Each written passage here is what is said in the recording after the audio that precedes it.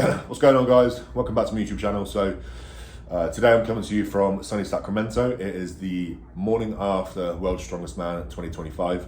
Obviously, a lot of you have probably followed the results and seen what's happened. Today's video, I'm going to give you a quick recap, a quick breakdown of my competition, how I got on, and give you guys kind of an insight and a backstory into how it actually all went. So obviously you can watch it on TV Christmas time, but you know, spoiler alert, if you don't want to know the results, probably don't watch this video. Just to start off with, just to give you a backstory, obviously this is my second appearance at World's Strongest Man. My first was in 2022, so I was at the time 8 months into my strongman career, and obviously it ended pretty much in catastrophe. Managed to get injured during the first event, or before the first event of the group stage, and pulled out after day one, after dropping a anvil on my foot. So 2023, I missed that year due to the birth of my son. It was around about the same time. Didn't want to risk traveling, which is obviously understandable. 2024, so last year, qualified 10 days before the show. During my penultimate heavy training session, I ruptured my distal bicep tendon, so needed surgery, and that was game over. So a year on from there, 2025, we're back again, and obviously I was just looking to actually put in a performance at World's Strongest Man, if you can call my 2022 performance a performance. I guess you could say this was my first full World's Strongest Man. So to start off with the groups, so obviously this year, it's worth mentioning, we were reduced in the lineup from 30 athletes down to 25, which doesn't sound like a huge deal, but you know, by virtue it makes it way more competitive. There's less points up for grabs, and the guys that are there, you know, they're all absolute killers. So it's been dubbed as the most competitive World's Strongest Man competition ever, which I think, you know, it's hard to disagree with, to be honest with you. So I was in group 3, so me and 4 other lads. So we had Lucas Hatton from the United States, obviously 2 times America's Strongest Man, and going into this competition, you could argue he was the top 3, maybe top 5 in the world. I still believe he is. Obviously, I just think the World's Strongest Man format and the events and things weren't suited for him, and I know he's had some minor health issues and stuff. So, but still, Lucas Hatton on any day is a danger. Mateusz Kieliszkowski from Poland. So again, Mateusz is one of those lads that arguably the strongest man to never win the title. He's came second twice, and you know, he's podiumed at multiple shows, done some insane things, and you look at these events as well and you know that he's dangerous. So I guess you could argue those were the top 2 favourites to go through from the groups. Then you had obviously myself, you had Reno Nell from South Africa. Now, by now probably everybody knows who Reno is, but going into this competition, he was somewhat of an unknown quantity. There was not much data on him. He's not done many shows, and the shows that he has done, that obviously SCL is a good show, it's a good standard, but Worlds and any other show like Giants is a step above. So I knew that he was a killer at SCL, but how do you gauge that, and how can you kind of transfer that over to what he would be like at Worlds? So Reno was one of those people. I think I mentioned this in the Q&A before I went to Worlds. He's the kind of guy that you don't want in your group, because he could be a seed 3, 4, or even a seed 5 as a wild card, but had the potential, and obviously did in fact go through to win the groups, and spoiler alert, won the entire show. So yeah, a real pain person to have in your group. So yeah, Reno, and then the last person but not least was Evans Nana from Ghana. So Evans is, again, with these events, he's the faster, dynamic, more athletic athlete with a good deadlift.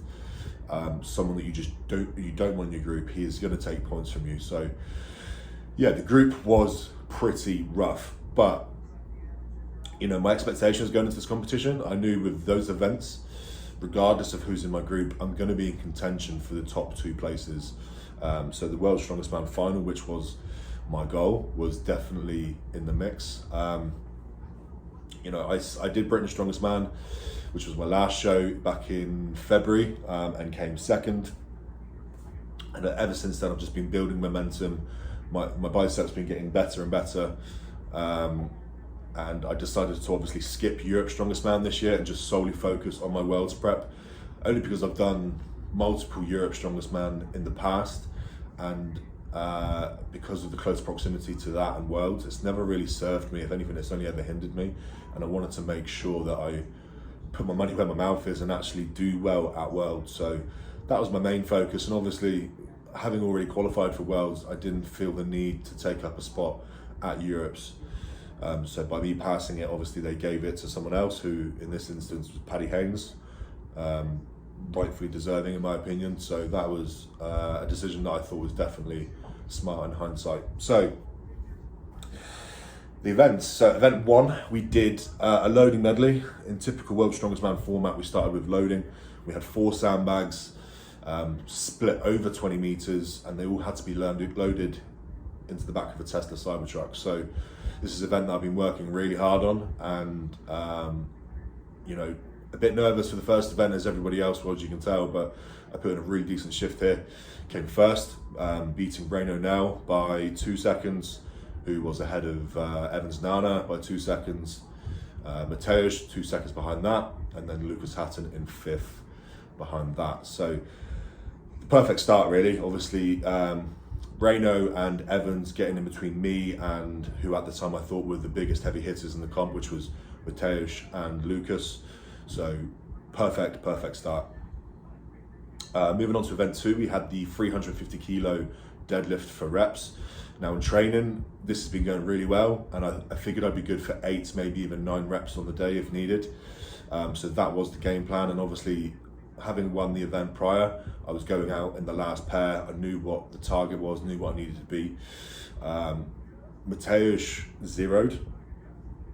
By this stage, we could already start to see that Mateusz wasn't firing on all cylinders. Something was wrong, and it turns out he had like a fever. Evans, Nana, and Lucas Hatton both went out there and pulled 7 reps. So the target for me, 8 reps. 8 reps was the target. So I went out there, and I'll be honest, I just underperformed. I hit 6 reps, failed the 7th rep. A couple of things just caught me out. We were being given down commands and lift commands, and you know, the way that the style of deadlift that I do, where I load the eccentric, basically pause in the bottom position with the bar on the floor whilst maintaining that brace, and then obviously reversing it again. Doing that with a long lift command just really caught me out, but obviously that's, you know, it's fair game. Everyone was in the same boat, so that's just kind of something that I need to take away from that. So yeah, I finished in 4th place after that event, which was not ideal to say the least, but it is what it is. Going into the last event of that day was the overhead, which for me, out of all of the group events, was the worst. Was the kind of damage limitation event for me. So we had a 90 kilo dumbbell for 2 reps, a 145 kilo log for 2 reps, a 154 kilo circus barbell for 2 reps, and then a 168 kilo axle for 1 rep. So my goal for this was to do a fast 6. And then when I actually started doing it, I quickly realized that my time wasn't going to be as fast as what I'd like. So I just tried to get 6 reps. I knew I wasn't going to beat Lucas Hatton, who did 6 reps. 6 reps. So he won the group on that event. And then Reino now did, I think, 38 seconds, 5 reps. Evans Nana, 48, 5 reps. And then I was 50 something seconds with 5 reps. I just missed on that 6th rep, which I was a bit gutted about, really, to be honest with you. I did most of the hard work, got in 90%, but just lost my balance slightly on the top.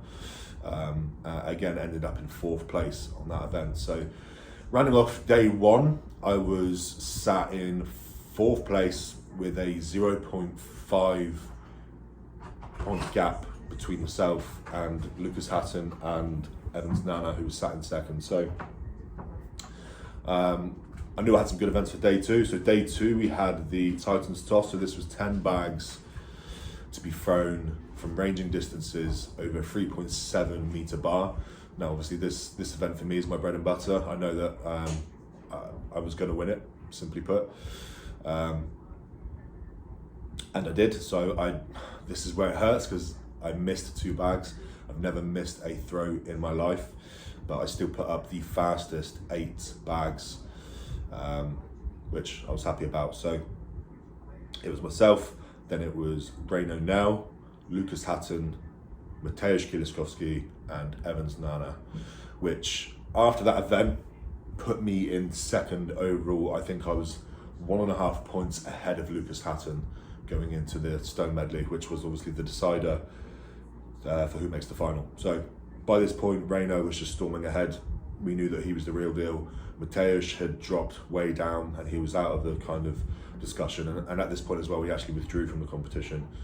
Evans Nana was still within reach, but something either he'd have to overperform and rely on other people to really underperform. So basically it was a 2-horse race to the final between myself and Lucas Hatton, with myself having a 1.5 advantage. So we went out there, we had to press a 123 kilo block, and then we had to shoulder a 160 kilo inver stone, carry a 178 kilo Husafel, and then load a 180 kilo natural stone. So this was proving really difficult for every single athlete at Worlds. There's only a couple of people that actually finished this, and we were actually the last group to go out and do this. So by this stage, the stones had been sat out there for a long time. They were covered in tacky towels, which was just more like grease, to be honest with you. It was not ideal, to say the least. That's why most people, including Lucas, who went out before me, failed the stone to shoulder, which will tell you everything you need to know, because we were all hitting it relatively easy in kit testing the day before. But you know, it is what it is. It was a level playing field. So I knew at that stage, all I had to do was press the first implement faster than Lucas, and I was guaranteed to make the final. So I managed to do that. I think I pressed it in around 11 seconds. Lucas was in 16 something. I looked over at my coach, he gave me the thumbs up, and I knew that I had secured my final spot. And at that stage I felt okay, so I decided to try and shoulder the stone. I had to do it in a slightly different technique to what I've never done before. Got up to the shoulder, but at that stage I didn't lose my balance. I kind of semi-fainted, which I'll explain in a minute, but I didn't get it. I only ended up with the 1 rep, but it was faster than Lucas and Evans, and that saw me through to the final. So obviously objective complete, hit the final, was absolutely buzzing, but I knew that I was gonna be in a spot of bother, basically, because what actually transpired was day 1 during the lunch, we were served some very questionable chicken by the catering team, and I was the first in line. I went up, got my food, sat down, started eating it, quickly realised something was wrong with that food and spat it out. But later that day, after day 1, I started to turn, and for someone like me, I'd never really get that sick. This was obviously not ideal, especially competing out in the heat, things like that. Dehydration is always a factor, regardless if you're sick or not. But by the end of day 1, and certainly going into day 2 of the groups, I was not a well man. I was trying to hydrate as much as I possibly could. I was getting as many IV drips as possible and just smashing the fluids back. But yeah, when I shouldered that stone, I just felt weak, dizzy, and ultimately just kind of, well, I'll post a video, you see I could just got on the shoulder, all the hard work was done, but then I just slightly lose consciousness a bit, maybe for like a split second. So really happy that I made the final, but I knew that the first day of the final, if I didn't sort myself out, I was going to be in a bad way. So after day 2, got back to the hotel, IV drips, all that, like I said, and then we started off in the final. So the first event we had was the carry into hoist. So we had to like Zercher carry like a safe, 10 meters there, 10 meters back, and then run 20 meters onto an arm over arm. So for me, looking at the events finals, out of all 5, this was probably one that I was the most hopeful for in scoring max points, only because, you know, as I showed in the group stage, I was one of the fastest athletes out of all 25 over the ground, even beating Reno by a couple of seconds. So I knew that, you know, I've done these kinds of events before, arm over arm. I've done it multiple times at shows. I know that I'm good. So what happened was I picked up the Zercher carry thing. I got about 8 seconds down the course, and then next thing you know, I'm laying on my back. I think I was unconscious for around 10 seconds, 12 seconds. I just honestly don't really remember. Usually when you start to feel dizzy and stuff, you get those warning signs, your legs start to go, you know, everything kind of comes in. It was not like that. I just, 1 minute I'm doing this and I'm carrying it and I'm thinking, you know, this feels all right. Next thing you know, I'm on my back. The video was pretty grim. I'll post the video now. At this stage, I knew I was in real trouble, basically. Not feeling great, you know, I was severely dehydrated. I'd lost by this stage around 4 kilos, give or take. So yeah, we got myself back to the athlete's tent and just did what we possibly could. Okay, so basically, he had a little bit of food poisoning from the raw chicken at the catering the other day. And so there's still a little bit of dehydration going along. The digestive distress has gone down, but just couldn't get enough fluids. And he had some IVs yesterday as well. Anyway, so we'll get another IV. He's going to keep going, and I actually reckon tomorrow is going to be an awesome day for him because he will be able to be fully replenished by then. We had a couple of hours between that and the deadlift, which I was happy about. So I managed to get a lot of fluids in me, both via IV and obviously via mouth. Got a lot of food in me. In the warm-up for deadlift, I felt fine. I could still kind of feel it slightly. Felt like, you know, if we were allowed to wear figure of eights on the deadlift, for example, but I opted to use normal straps simply because as soon as I'd done that deadlift, I did not want to mess around with my straps because I was still feeling slightly dizzy and stuff. So went out for deadlift, slightly underperformed compared to what I was expecting, but nonetheless walked away with, I think, joint 3rd place with 465 kilos. So this started to pull me back slightly into contention. And then the final event of the day was the Hercules Hold. For me, pretty good. My grip's been getting way better. By the end of this day, I was just absolutely wiped out. But I still put up a decent time. I think I was 5th place overall on that. And yeah, I think I finished off day 1 in 8th place. I could be wrong, but I think it was 8th place.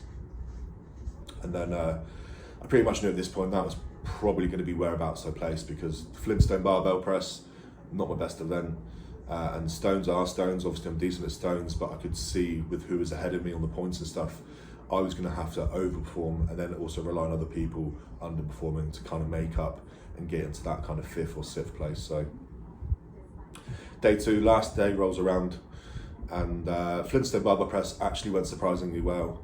It didn't feel great during warm-ups. I just had no power left.